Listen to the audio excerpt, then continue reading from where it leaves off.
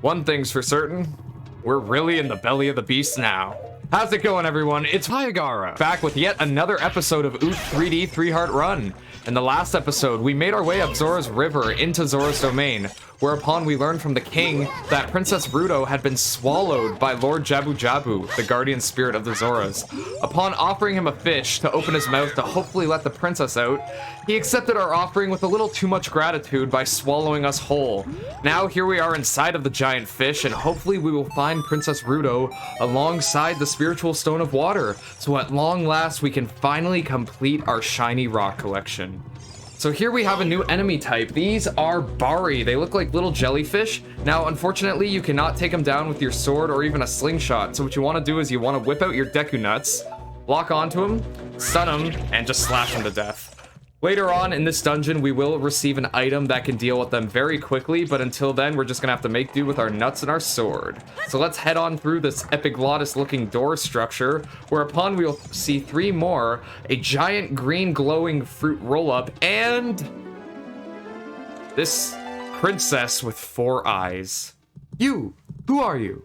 I am Ruto, princess of the Zoras. What? Are you saying my father asked you to come here to save me? I'd never ask anyone to do such a thing. Letter in a bottle? I have no idea what you're talking about. I would have rather she said message in a bottle, you know? My father is worried about me? I don't care. Well, I don't care if you don't care, Ruto. We're leaving now. Anyway, I can't go home right now. And you, get out of here. Understand? No, I don't understand. I'm a 9-year-old child with no supervision or authority figures in my life. Where are you going? Let's hop on through this wormhole looking thing and see if we can find her. Oh, hello. Are you still hanging around here? I told you to go away. I'm okay. I've been going inside Lord Jabu Jabu's belly since I was little, but... sounds to me like Princess Ruto is in the midst of developing something that could ruin her life. Lord Jabu Jabu is very strange today. There are electrified jellyfish and strange holes around. Actually, Princess Ruto, their names are Baris, but whatever. On top of that, my precious stone was... but that's none of your business. Anyway, you, go home now, understand? Absolutely not, I want your precious stone. You're that worried about me? Then I will give you the honor of carrying me. However, I won't leave until I find the thing I'm looking for. You better believe me. So you heard the brat, we gotta carry her around on our head like this. Now thankfully, she makes one hell of a weapon.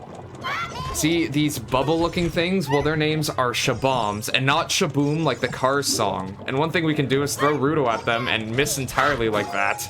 But alternatively, we can use her to hit switches and even kill the Bari in one hit, so that's nice. She is not the weapon I was referring to earlier in the video, however. Here we have a new enemy type. These are stingers. They function like Peace, except in order to activate them in the first place, you have to throw a Deku Nut to lure them out of the ground. And then you take them down with 2 slingshot hits. However, they do have iframes. After the first hit, so you gotta wait a little bit before throwing the second one. But as I was saying before, oh yeah, you can also hit them out of the sky using Deku Nuts. But the bubbles, yes, they are called Shaboms, and they make me think of that song that plays in Cars, you know, the life could be a dream, life could be a dream, because I believe either the band or the song itself is actually called Shaboom. And also, as you can see here, we have yet another gold Skulltula. We can also throw Ruto at it to kill it, but we're just gonna do it the old-fashioned way with some slingshots. Now, if we climb up these deranged looking cells here, grabbing our next gold Skulltula token, we've got some pots. Now, if we smash this one, you have a fairy, which you can store inside of an empty bottle. So if you ever get killed, it will revive you with 8 recovery hearts if you're doing a normal playthrough. Very handy. It's basically the game's failsafe if you die, but hopefully we won't be needing it in this playthrough. So I'm gonna try and backslash my way onto this ledge here. Very nice. Now let's grab Ruto and keep moving forward. Here we have some more Shaboms. Might as well try and... nope. Yeah, much like Grunkle Stan's ex-wife, my aim is pretty terrible, not gonna lie. But when it comes to hitting switches, no one does it like old Princess Ruto.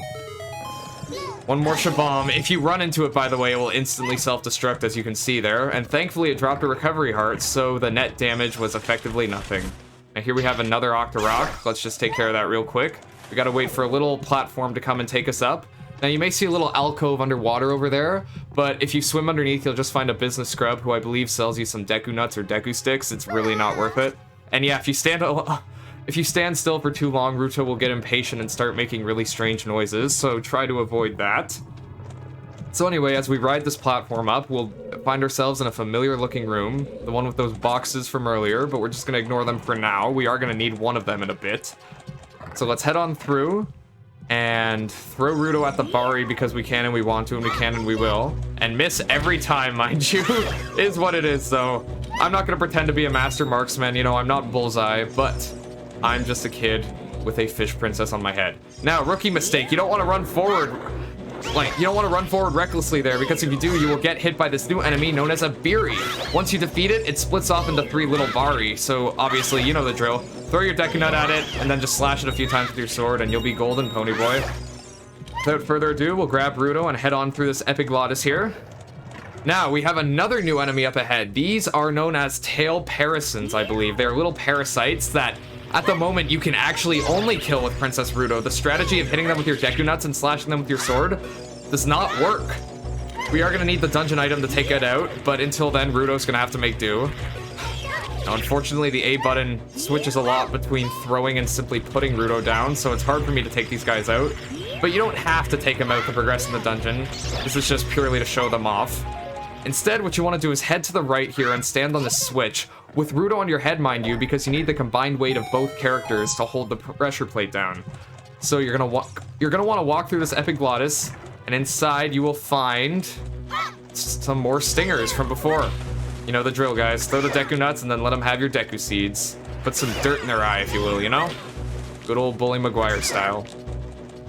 There's the second one down, and there's one more to go. God, imagine. Okay, on the subject of one more to go and flying around enemies, or enemies that fly around, I'm sure you've heard by now that there are R-Wings in the files for Ocarina of Time. Could you imagine if they stayed in the final game? I'm pretty sure they were just in there to test like some of the game's functions, like L targeting and such. But if they were actual enemies in the game, I think that would be pretty funny. But here we have the dungeon item, the boomerang. This is one of my favorite sub-weapons in all of Legend of Zelda because it's a projectile without ammunition. And you can actually take down, you know, those enemies we couldn't do anything about before. Like the tail parasons and the Biri and Bari. It's really handy. I don't know. I mean, we could do things about the latter two before, but I mean, we don't have to waste Deku Nuts or throw Princess Ruto anymore. Even though I just did there because I thought it would be funny. Watch this. Let him have the Australian weapon of choice and take him down in one shot. Another Star Fox 64 reference. God, I love that game. Now, for those of you that don't know, when the 3DS first came out, some of its earliest titles were a remake of Star Fox 64 and Ocarina of Time. These both came out around the time of the 3DS's launch, so like mid to late 2011. And I believe Star Fox 64 3D was the first game I got for my 3DS, and then I got Ocarina of Time not long after, like my first copy of it, that is. Also, this blue tumor pressure plate thingy, what you want to do is actually leave Princess Ruto on top of it, because unlike that golden one, if you step off of it, the wall retracts. So yeah, you need to have something holding the pressure down. So basically, the gimmick of this part of the dungeon is to cut down tentacles that power these glowing electric fruit roll-up looking parasite things. If you walk on through the epiglottis door, you'll come face to face with this red tentacle. Now what you want to do is hit it 4 times with your boomerang and stay out of the way because it's going to start swinging erratically. And once you take it down, it will clear the way forward for you. It will also grant you access to the dungeon map in this giant chest here, so let's go ahead and grab that. Now, mind you, I don't exactly know why there is a map inside of a giant fish. Like, the other dungeons I can excuse, you know? Like, Dodongo's Cavern is where the Gorons go to get their food, and the Deku Tree, actually, he's also a living being. I'm not sure why there's a map of him either. But maybe actually the canon explanation for this is Ruto, like she said, she's been going inside of Jabu Jabu since she was little. So maybe she made a map to not get lost inside of his digestive tract here. Or whichever system we're in. I mean, granted, he does have parasites, which probably means we're somewhere along his intestines right now. So we have another blue electric tentacle over there. But as you've noticed, we cut down the red one, so this path over here has opened up for us. So even Navi brings attention to it. Also, I just want to quickly whip out my Din's Fire because I am going to need it in a second. In one of these 2 rooms here. Not this one, but a different one. Hey, shouldn't we be heading back towards Princess Ruto right now, Link? Yes, you can actually bring her through these doors with you. You don't have to leave her sitting down unless she's on a pressure plate. So that was my mistake. Don't be like me in the second part here, guys. Let's just cut down the blue tentacle without getting hit. And that way you do want to be like me, because getting hit by those things, well, they pack a wallop, to say the least. Let's hope Ruto doesn't run off. Oh, would you look at that? She did. I would go Retriever, but I might as well just finish up in this section here. So let's just cut down these tail Parasons, like this, like that. Very, very nice. We cut down the blue tentacle, so now this way over here is open forward.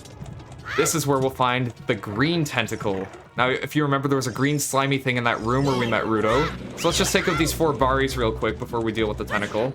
Uno, dos, tres, cuatro. Very nice. All right, 4 hits on you now. Starting to swing, we gotta be very careful. Just want to L-hop around if he starts coming too close to you for comfort. Or it, because pretty sure that parasite is not male, but what do I know? Anyway, we just perfected that man without getting hit once. Mind you, that is the definition of perfecting something in a game, more so fighting games, because that's where it comes from. You guys play fighting games, by the way? And I'm not just talking about Smash Brothers. I mean traditional fighters like Street Fighter, Guilty Gear, Mortal Kombat, KOF, you know, those ones. I like them myself, but I admit I am not very good at them. Okay, so here we have a room full of shabombs. Now what you want to do is stand in the middle and let them have it with the Din's Fire.